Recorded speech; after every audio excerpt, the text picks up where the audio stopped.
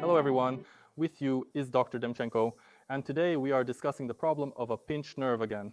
In our first video, we discussed a good set of exercises that often gives a positive effect.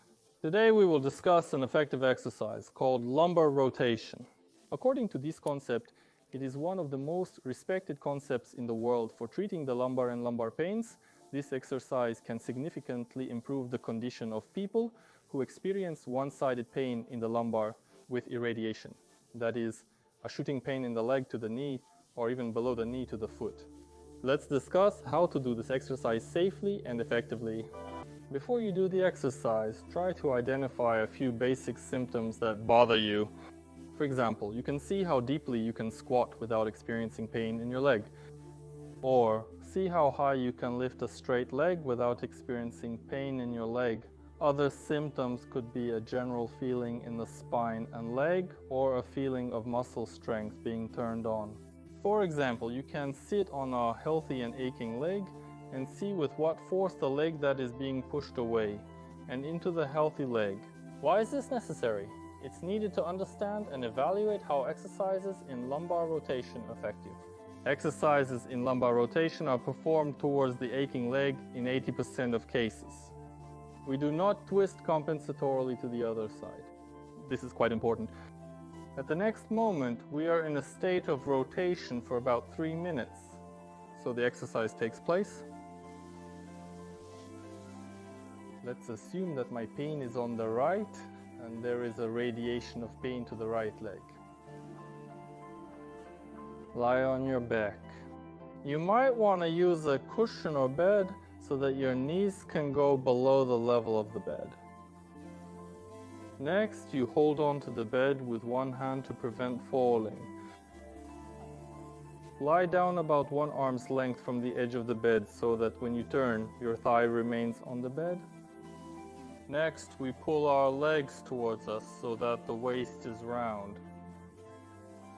Once we've rounded our waist well, we grab our legs with our right hand and start to slowly turn to the side. Don't rush. When you reach the edge of your flexibility, take a deep, long breath with your stomach.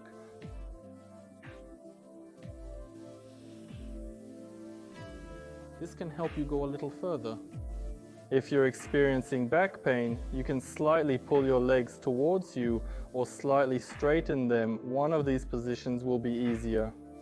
When you find the position, rotate. If you feel back pain again, you can rotate. If you feel back pain again, you can slightly search for a foot position where it becomes not painful again and move a little more. In the end, the right hand exerts a slight pressure on the legs to support the twisting motion.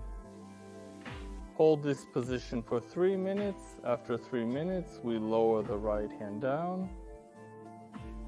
And with the help of hands, we slowly bring the legs to the middle position without involving the spine. This is important. After you have done this exercise, make small rocking movements to both sides to compensate for the feeling in the lower back.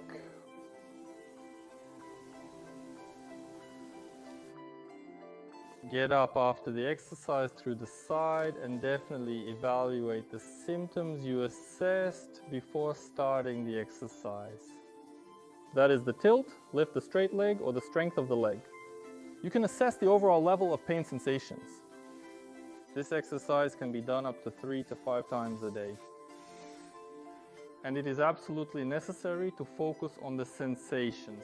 It is also considered a very good sign if the pain will be centralized. What does this mean?